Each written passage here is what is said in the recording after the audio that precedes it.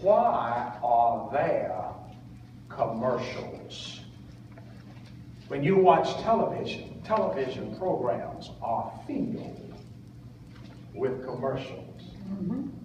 I saw in the USA Today that for the Super Bowl next year, that'll come up in 2016, a 30-second ad will cost $5 million.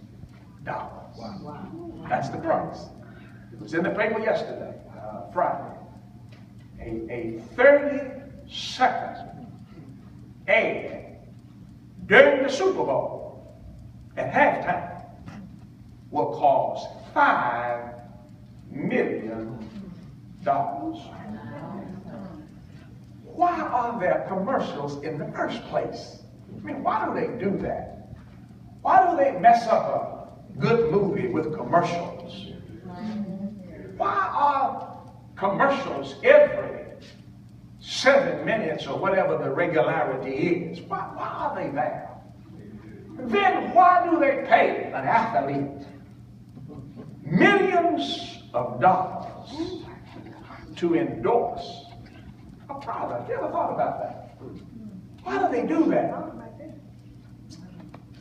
A football player will be drafted out of college #1 in the draft. Before he plays 1 minute of an NFL game, he has pocketed millions from endorsements. Why? That almost sounds like a crazy thing to do. He plays football.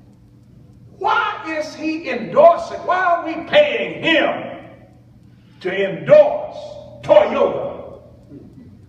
He's never had a Toyota. He's too large to fit in one. We're paying him millions to endorse Toyota.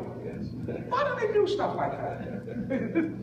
Why pay professionals, professional people, to endorse a product? Why in the world do they do that? Why do politicians, I saw a few political signs as I was coming into the city. Why do candidates go out and ask groups and individuals to endorse them? Why will a person running for mayor or sheriff say, I have been endorsed by the teachers union? I have been endorsed by the AFL-CIO. And the outgoing sheriff will say, I've been endorsed by, the incoming sheriff, or rather the person running for the new office will say, I've been endorsed by the person who is leaving the office. Why do politicians seek endorsement? Why do they take pictures with people of prominence? Jimmy Carter wrote a book. It's entitled Jimmy Carter. And in that book, he said he never, ever met Dr. King. Now, both of them are Georgia boys, but he said, I never met him. But in that book, Jimmy Carter said he attributes him winning the presidency to the fact that the King family endorsed him. Now, that's what he said. He said, when the King family endorsed him, their endorsement made a Southern white governor acceptable to black folk. See, after all, it had been very difficult for white Southern governor to become president. So he attributes the endorsement of the King family of being so powerful that it persuaded black folk over America to vote for him. Why are endorsements so important? Here is what the world knows. That endorsement, third-party endorsements, are convincing. They are persuasive, and they are influential. Third-party endorsements. Now, before the lesson is over, I'm going to show you how this ought to impact your everyday life. Look at the person sitting next to you and say, third-party endorsements. Now, I told you I have a 17-minute sermon. I also told you you have to respond to me when I preach. Now, a weak response like that just makes my sermon longer. we have to, yeah, listen. Look at the person sitting next to you and say, third-party endorsements. Are you with me? See? Catch it? Got it. All right, now you're with it. See, next Sunday you can ship with Brother Parker. You know, he's going to preach. He's going to take it to the rafters. I'm not going to take it out of there. We're just in the classroom today, okay? All right. Now, listen. Third-party endorsements are crucial. They are critical.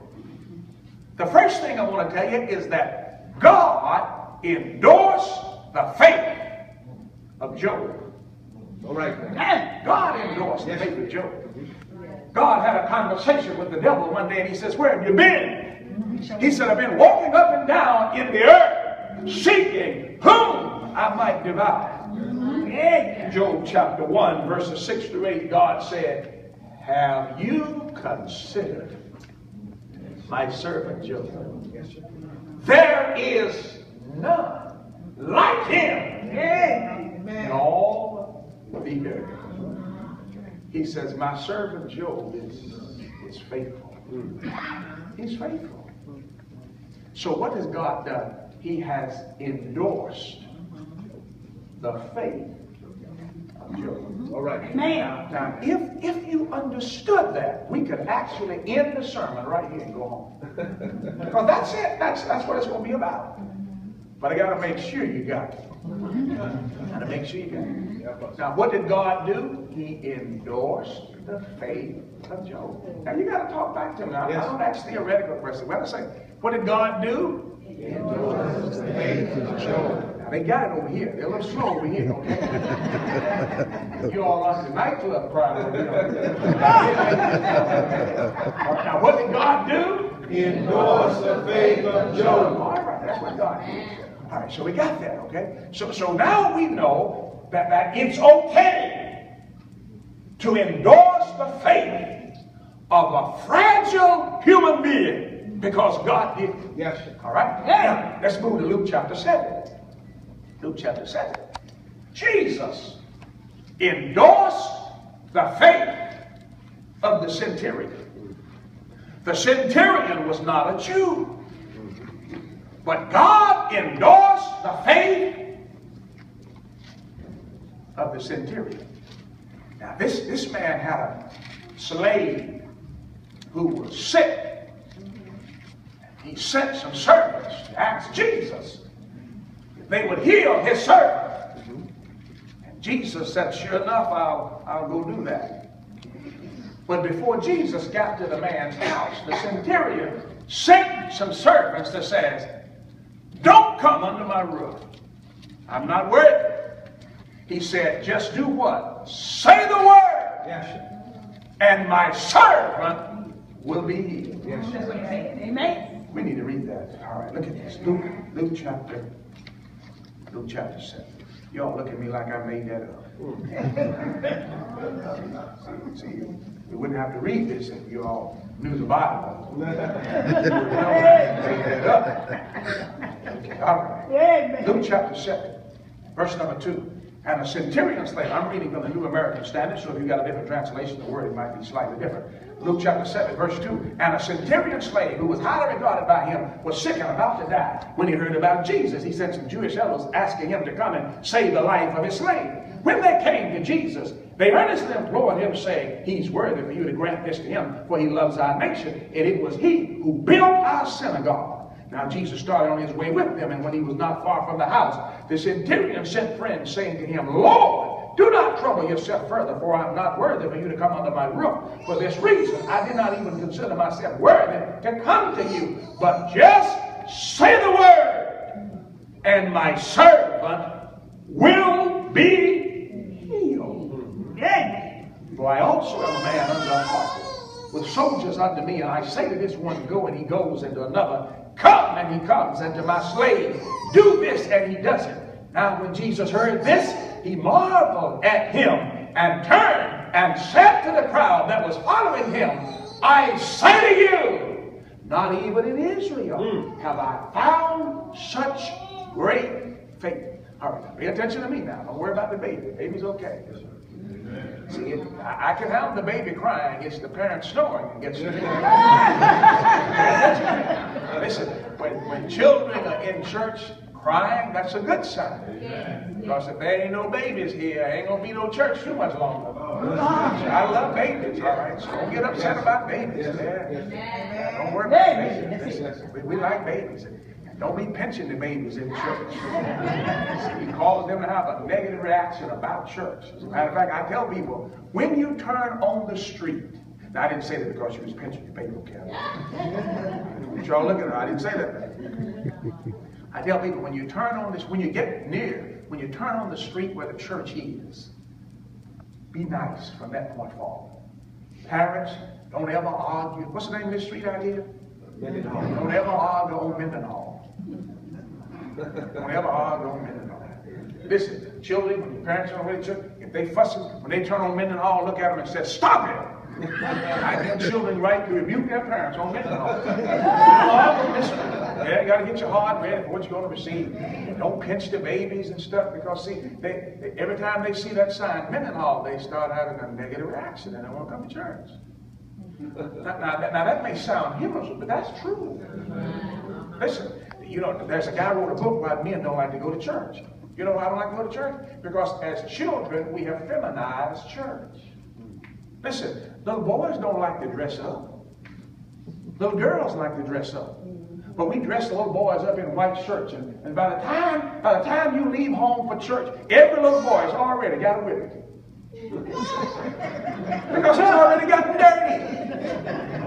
So we're going to dress him up in a white shirt, put him in Sunday school with little neatly arranged chairs, and teach him about creation. What we should do is put some shoes on him, some jeans, take him out in the grass, and let him catch some grasshoppers and teach him about creation out there. And he'll love church. So that's why men don't like church, because we feminize church. Yeah, well, we'll talk about that next time.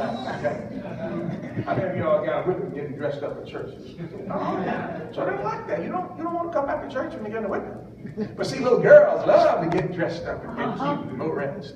And then you dress the boys and the girls up, and then you talk about how cute the girls are, and don't say nothing about the boys. And then you expect him to want to come to church. You got to be kidding.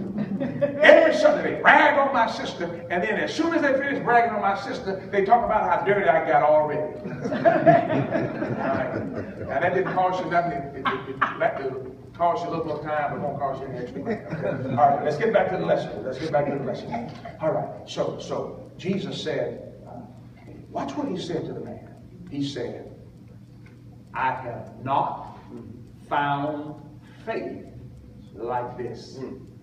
So what is Jesus doing? He is endorsing the faith of the centurion. As a matter of fact, the text will say he marveled. He marveled. Some translations might even say he was amazed. I want you to look at this right here in verse number 9. He marveled. Who's got the King James? Does King James use the word marvel? Amazed. Which one does it use? Marvel. Okay. Marvel. Now listen to this. Listen. Jesus marveled twice. In the whole Bible, he marveled. There was 2 times when Jesus was amazed. Do you know what amazes Jesus? There's only one thing that amazes Jesus. Faith. He marveled this time at the presence of faith,